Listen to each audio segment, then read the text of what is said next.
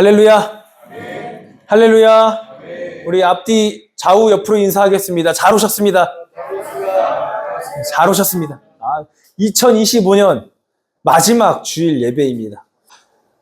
세월이 빠르지 않습니까, 여러분들? 너무 빠르죠. 네. 우리가 2025년을 잘 정리하는 모두가 되기를 바랍니다. 오늘 우리가 본 말씀은요, 여호수아가 자신의 생애를 정리하며 고백한 장면입니다. 쉽게 말해 우리는 유언이라고 하죠. 유언. 여러분들 유언이 무엇이에요? 죽기 전에 남기는 말이죠. 네. 간절함이 담겨 있는 겁니다. 내가 죽더라도 너는 이렇게 살아라. 내가 죽은 후에라도 내 자손들은 이렇게 살아야 된다라고 하는 게 유언입니다. 오늘 본문은 이스라엘 백성들을 향한 여호수아의 고별 설교입니다. 마지막 떠나기 전에 한 설교입니다.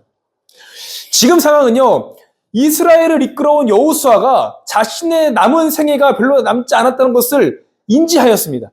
그래서 이스라엘 백성들을 다 불러 세웠습니다. 그리고 마지막으로 설교합니다. 지금 상황은 여호수아는요, 하나님께서 본인에게 맡기신 사명을 다 마쳤습니다.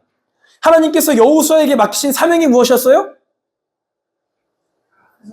가나안 땅을 정복하는 겁니다. 모세는 가나안 땅, 그 약속의 땅 앞에서 하나님의 부르심을 받았습니다. 이제 남겨진 사람 여호수아에게 하나님께서 말씀하셨습니다. 너가 가나안 땅에 들어가서 그 땅들을 정복하여라.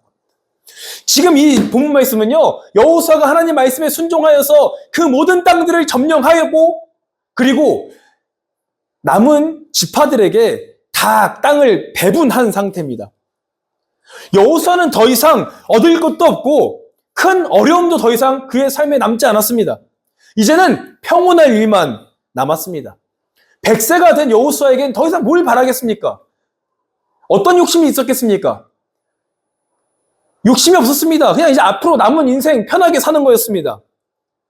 오늘 본문은 세상 물정 모르는 젊은 청년이 앞날을 꿈꾸면서 고백한 것이 아니라 인생을 다 살아보고 경험할 것을 다 해보고 무엇이 중요하고 무엇이 헛된지 알게 된 사람의 신앙의 고백이라는 겁니다. 여호수아는 지금 더 잘되기 위해서 하나님을 붙잡고 있는 것이 아닙니다. 이미 충분히 잘 살아왔기 때문에 하나님을 향한 믿음의 고백인 겁니다. 다시 말하지만 지금 여호수아는 앞으로 하나님께 무엇을 해주실지, 하나님을 잘 섬기면 어떠한 큰 나라가 되고 어떠한 복을 받을지, 어려움이 없는 나라가 될지를 말하고 있는 게 아닙니다. 대신 지금 여호수아는 지금까지 하나님께서 베풀어 주신 그 은혜를 구구절절하게 설명합니다. 우리가 오늘 24장 14절부터 봤는데 24장 1절부터 13절까지의 말씀은 어떤 말씀이냐면요, 아브라함을 부르신 하나님, 애굽에서 노예 생활할 때 그 상황에서 이스라엘 백성들을 포로에서 부르신 하나님, 그리고 광야에서 먹이시고 입히신 하나님, 인간의 노하우로 싸우지 않아도 이기게 하신 하나님, 그 하나님, 그리고 수고하지 않은 땅에서 열매를 맺게 해주신 그 하나님을 찬양하고 있다는 겁니다. 여호수아가 인생을 되돌아보면서 앞으로 이스라엘을 해야 될 것이 무엇이냐, 미래에 대한 기대보다도 중요한 것이 있는데 그것은 바로 과거의 은혜를 기억하며 감사하라는 것입니다. 여호수아는 이렇게 말하고 있습니다. 그러므로 이제는 여호와를 경외하며 온전함과 진실함으로 섬기라. 너희 조상들이 섬기던 신들과 이 땅의 신들을 버리라고 말합니다. 이 고백이 의미하는 것이 무엇입니까? 이방 신들과 우리 하나님은 다른 분임을 말하고 있는 겁니다. 이방 나라에서 섬기던 신들, 예를 들면 바알과 아세라가 그 시대의 대표적인 신들이죠. 그 바알과 아세라가 의미하는 것은 단순 조각상이 아니었습니다. 바알과 아세라가 의미하는 것은 인간의 삶을 지탱하고 있는 모든 것을 의미하는 거였습니다. 바알은요, 여러분들, 비를 주관하는 신이었습니다.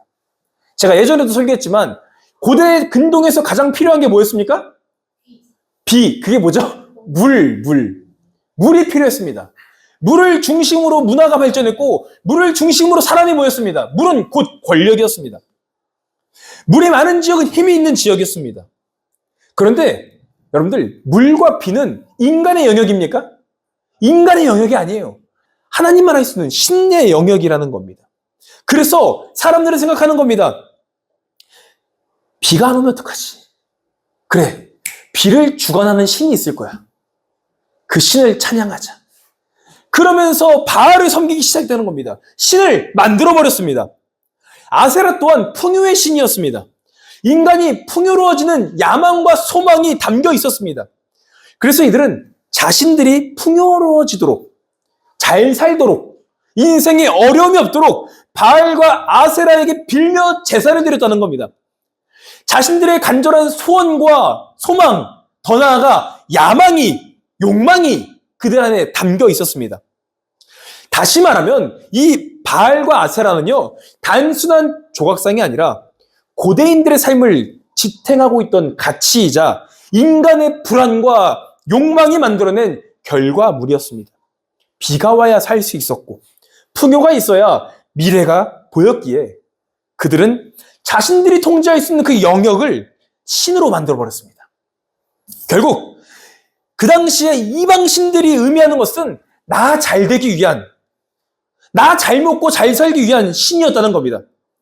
인간이 잘 살기 위해서 인간이 만든 신들이었습니다. 아이러니하게 자신들이 만든 신에다가 제물을 바치며 제사를 드리며 더 나아가 자신들의 자녀까지도 제사를 드렸다는 겁니다. 어제보다 나은 내일을 위해 무엇이든지 했습니다. 바알 신이시여, 아세라 신이시여, 내가 당신을 위해서 이 정도까지 했으니까 이제 복 주세요. 바알 신이시여, 아세라 신이시여, 내가 사랑하는 내 자녀까지 바쳤으니 내가 더 사랑하는 것 주세요. 더 큰 복 주세요. 결국 이 바알과 아세라는 인간의 욕심의 결정체였다는 겁니다. 여호수아가 말하는 이방신들과 하나님의 신앙의 차이는 무엇인지 알겠습니까? 여러분들 오늘 본문 말씀을 통해서 여호수아는 지금 자신의 삶을 돌아보며 과거에 주신 큰 은혜를 선포합니다. 앞으로에 있을 것이 아니라 하나님께서 이미 주신 것에 대한 감사라는 겁니다. 그런데 바알과 아세라 신앙은요, 이미 가진 것에 만족하지 못하고 더 많은 것, 더 큰 것을 구하는 것입니다. 성경은 오늘날 우리에게 말합니다. 신앙생활은 나 개인이 잘 사는 게 아닙니다. 신앙생활은요, 하나님은요, 나 잘 먹고 잘 살기 위한 도구가 아니라는 겁니다. 여호수아가 지금 죽음을 앞둔 상황에서 바알과 하나님을 비교하며 이야기한 이유는 이것이 우리의 뜻대로, 우리의 마음대로 되지 않기 때문입니다. 바알과 하나님은 한 끗 차이입니다. 겉으로 보면 바알도 하나님도 복을 이야기합니다. 그러나 그 안에 파고들면 본질은 완전 다릅니다. 우리는 하나님을 믿는다고 말하지만 어느 순간 하나님을 목적이 아니라 수단으로 삼을 때가 있습니다. 하나님을 섬기지만 사실은 내 욕망이 이루어지기를 섬기는 신앙이 될 수 있다는 겁니다. 자칫 잘못하면. 하나님께 이 정도 했으니까 내년에 좋은 대학 가게 해주세요. 월급 많이 주는 직장 가게 해주세요. 부유한 가정과 결혼하게 해주세요. 하나님, 이 길이 하나님의 뜻이 아니더라도 나에게는 너무나도 중요하고 소중한 길이니 이 길로 인도해 주세요. 이러한 바람 기도하고 있지는 않습니까? 분명 하나님의 뜻이 정말 중요한 것 알면서도 우리는 자칫 잘못하면은 세상의 유혹과 사회의 문화 속에서 하나님의 뜻이 아닌 내 욕망을 택할 때가 있다는 겁니다. 하나님을 섬기지만 우리는 알게 모르게 바알을 섬기는 자들의 모습이 우리 안에 있다는 겁니다. 여호수아는요, 지금 이 모든 것이 쉽지 않음을 알기에 모든 이스라엘 백성들에게 자신이 죽기 전에 선포한 겁니다. 그것들을 버려라. 다시 말하면 인간의 욕망과 욕심을 버리라고 한 겁니다. 여러분들의 삶에 의지하고 있던, 삶을 지탱하고 있던 그 모든 것들을 버리라고 말합니다. 여호수아는 앞으로 잘 되면 섬기겠습니다. 내년에 상황이 좋아지면 내가 하나님 더 잘 섬기겠습니다. 이렇게 말하지 않습니다. 여호수아는요, 지금 나와 내 집은 여호와만 섬기겠다고 고백하는 겁니다. 지금입니다. 지금. 이유는 하나입니다. 자신들의 삶을 돌아보니 하나님은 부족하게 주신 적이 없다는 겁니다. 하나님은 이미 우리 삶 가운데에 넉넉하게 주신 분임을 여호수아는 고백하고 있다는 겁니다. 여러분들, 이 고백이 오늘날 우리들의 고백이 되어지기를 소망합니다. 우리의 삶을 돌아보니 부족함이 없는 겁니다. 우리의 삶을 돌아보니 모든 것이 하나님의 은혜였다는 겁니다. 여호수아가 말하는 신앙생활은요, 내 욕망을 채우는 용도가 아닙니다. 이미 받은 은혜에 응답하는 것입니다. 이 고백이 믿음의 시작인 겁니다. 여호수아가 다산다난했던 인생을 살아본 결과 받은 은혜를 기억하며 감사할 줄 아는 것이 믿음의 시작입니다. 사랑하는 우리 청년들, 우리도 다산다난했던 2025년을 정리하면서 우리에게도 이러한 질문이 있어야 됩니다. 지난 한 해 여러분들은 무엇을 의지하며 살고 있었습니까? 무엇이 여러분들의 삶의 중심이었습니까? 하나님을 섬긴다 하면서 알게 모르게 그 자리에 바알이 있지 않았습니까? 하나님의 뜻을 따른다고 하면서 우리는 알게 모르게 내 욕망과 욕심을 하나님께 요청하며 간구하며 그 길이 아니면 안 돼! 라고 말하고 있지는 않았습니까? 내 실력, 내 노력, 내 계획, 내 성취를 위해 살고 있지는 않았습니까? 하나님의 서실 자리에 다른 재물을 올려놓고 있지 않았습니까? 하나님을 이용하며 살고 있진 않았습니까? 여호수아는 이렇게 말하고 있습니다. 오늘 여기에 모인 여러분들이 섬길 자를 택하라는 겁니다. 하나님을 섬기는 신앙에는요, 여러분들, 겸용이 없습니다. 이미 받은 은혜를 기억하니 하나님 외에는 다른 선택지가 없는 것입니다. 이방신들과 다릅니다. 여호와는 여러분들의 삶을 그저 옆에서 잘 먹고 잘 살게 도와주는 그러한 도구가 아닙니다. 하나님은 여러분들의 삶의 주인이 되셔야 하는 겁니다. 우리는 그것을 늘 깨달아야 합니다. 시편 1편 1절 말씀을 함께 다 같이 읽겠습니다. 함께 시편 1편 1절 다 같이 읽겠습니다.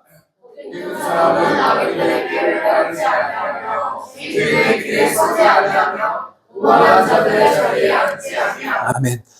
보세요. 복 있는 사람은 뭐래요? 악인들의 꾀를 따르지 않는다는 겁니다. 죄인들의 길에 서지 않는다는 겁니다. 오만한 자들의 자리에 앉지 않는다는 겁니다. 이 말을 시편 저자가 왜 했겠습니까? 여러분들 질문 하나 드리겠습니다. 여기서 나는 악인이 되고 싶습니다. 있습니까? 나는 죄인의 길에 서고 싶습니다. 있습니까? 나는 오만한 자리에 앉고 싶습니다. 있습니까? 이걸 시편 저자가 이런 상식적인 이야기를 왜 했냐는 겁니다. 왜 했냐면 우리는 알게 모르게 악인들의 꾀를 쫓고 있다는 겁니다. 내 의지와 상관없이 죄인들의 길에 서고 있다는 겁니다. 우리는 내 뜻과 반대로 때로는 오만한 자리에 앉는다는 겁니다. 내 선택과 내 의지와 상관없이 사회의 문화와 환경을 따라가다 보면 이 세상이 섬기는 신들을 따라가다 보면 알게 모르게 우리는 어느 순간 죄인의 길에 서 있는 겁니다. 그러니 시편 저자가 얘기하는 겁니다. 늘 깨어 있으라는 겁니다. 늘 조심하라는 겁니다. 늘 기도하라는 겁니다. 자칫 잘못하면 깜빡하는 순간 하나님을 의지 않는 그 순간에 되돌아보니 내 길이 악인의 길이었다는 겁니다. 우리는 때로는 우리가 섬기는 것이 무엇인지를 헷갈립니다. 하나님이 주인이 되시기를 소망합니다. 오늘 여러분들 우리는 중요하게 생각해야 됩니다. 오늘 설교를 듣고 나서 난 앞으로 주님을 위해 살겠다. 이 한 번의 결단이 중요한 게 아니에요. 오늘 한 번의 결단이 아닌 매일의 삶에서 이러한 고백이 되어지기를 소망합니다. 자칫 잘못하면 여러분들 우리는 죄인의 길을 섭니다. 하나님을 섬긴다고 생각하지만 자칫 잘못하면 바알을 섬기게 됩니다. 끊어내시길 소망합니다. 하나님의 뜻이 여러분들의 욕망보다 커야 됩니다. 여러분들의 주인의 자리에 바알이 아닌 하나님이 계셔야 하는 겁니다. 2026년 우리가 새롭게 맞이하면서 하나님께 간구할 것은 더 달라고 이루어 달라는 것이 아니라 이미 주신 은혜를 감사하며 하나님께 영광 돌리는 우리가 되기를 소망합니다. 이러한 신앙으로 하나님과 동행하는 우리 모든 나누리 청년부들이 되어지기를 소망합니다. 여러분들의 삶의 중심은 하나님이셔야 된다. 그리고 우리 하나님은 2025년 되돌아보니 나와 함께 하셨구나. 한 번도 나를 버리신 적이 없구나. 하나님은 나에게 한 번도 부족하게 주신 적이 없구나. 이러한 고백이 되어지기를 주님의 이름으로 축원합니다.